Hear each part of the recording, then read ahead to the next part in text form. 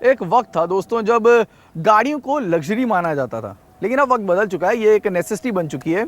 हम और आप गाड़ियों के बारे में बहुत कुछ जानते भी हैं, लेकिन कुछ कार्स होती हैं जो कि ड्रीम कार कहलाती हैं, जो कि कंपनियां वॉल्यूम्स के लिए नहीं, सिर्फ अपनी टेक्नोलॉजिकल कैपेबिलिटीज़ को दिखाने के लिए लेकर आती हैं। ऐसी ही एक गाड़ी जो कि भारत में मौजूद है वो है ऑडी की R8 V10 plus. Audi R8 V10 plus एक सुपर कार, एक स्पोर्ट्स कार, एक ग्लोबल कार जो कि भारत में ऑडी की ब्रांड एम्बेसडर है।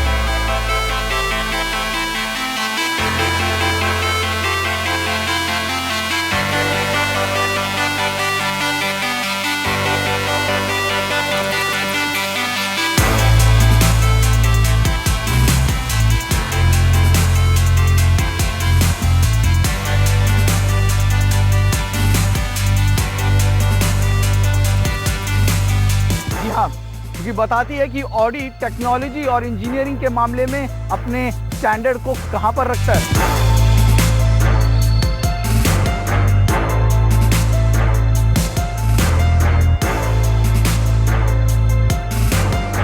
ये वो गाड़ी है जिसकी फिगर्स जब आप देखते हैं ना तो आप अपने आप एक्साइटेड हो जाते हैं। जी हाँ, एक गाड़ी जिसमें कि 5.2 लीटर का V10 इंजन लगा हो, 610 पीएस की मैसिव पावर जनरेट करता हो, आप सोच सकते हैं कि वो गाड़ी अपने आप में कितनी एक्साइटिंग है।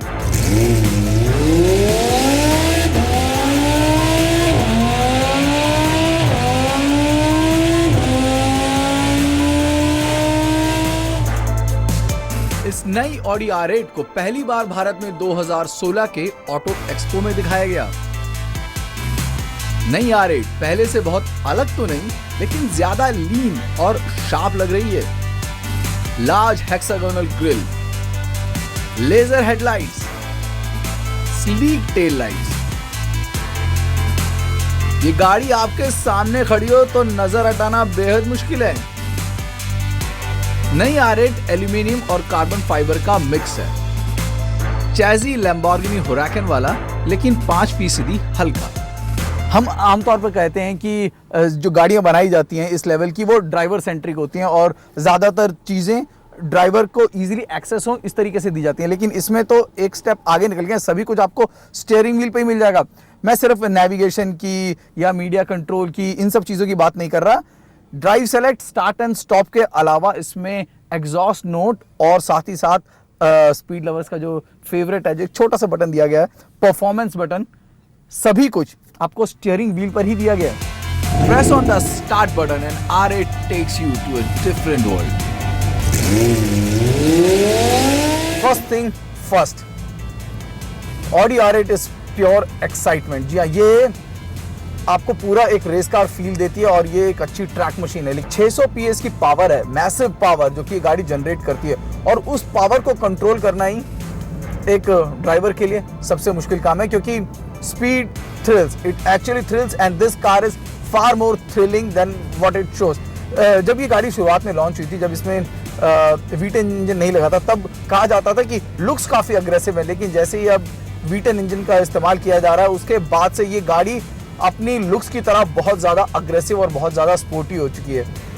अगर आप रफ्तार का शौक रखते हैं तो आपको बता दूं कि 0 से 100 किलोमीटर की रफ्तार पकड़ने में ये गाड़ी सिर्फ 3.5 सेकंड का समय लेती है। जी हाँ, ये है ऑडी R8 की असली ताकत।